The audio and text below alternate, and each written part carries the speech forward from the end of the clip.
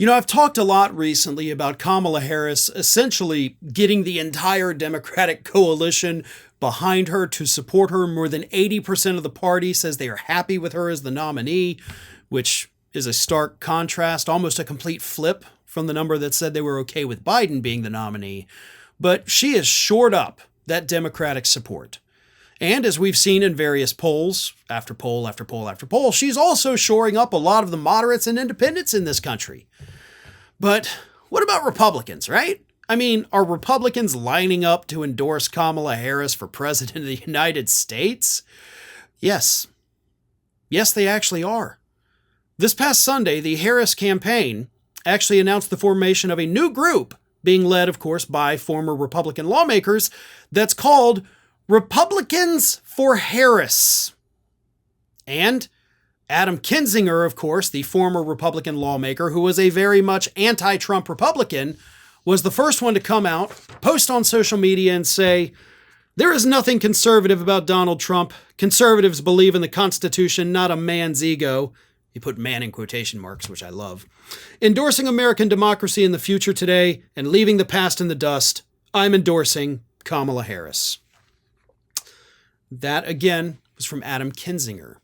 But, right, I mean, okay, that's to be expected. It's not like there's a huge long list of other Republicans that have endorsed her, right?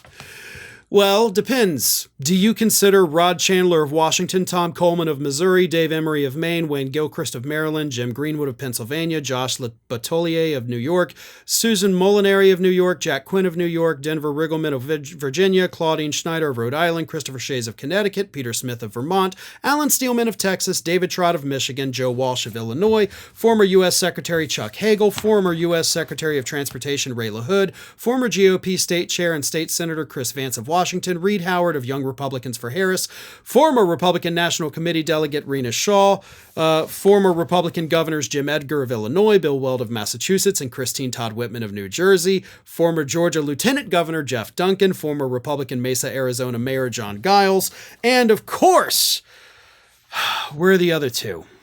I seem to have misplaced them, but do I even... Oh, Stephanie Grisham and Olivia Troy. Yeah, I'd say that's a pretty damn big list. And again, these aren't just your average, everyday, run-of-the-mill Republicans that nobody's ever heard of. A lot of these are big names in their home states. And those are all Republicans who have now signed on and endorsed Kamala Harris for President of the United States.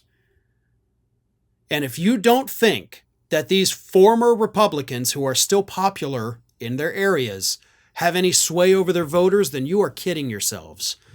Now, what's funny, of course, is that you're not seeing the opposite happen. You're not seeing Democrats for Trump out there and a bunch of former high-profile Democrats coming out and saying, "I'm supporting Donald Trump." No, the few so-called Democrats who are supporting Donald Trump have been MAGA conservatives all along. And it's pretty obvious when you look back at their histories, right?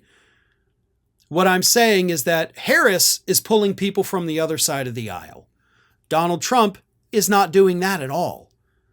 So if you thought the polls were bad for Donald Trump now, just wait until this Republicans for Harris group really gets off the ground, and we'll start to see pretty quickly how unpopular Donald Trump truly is, even within his own party. America's Lawyer has launched its own YouTube channel.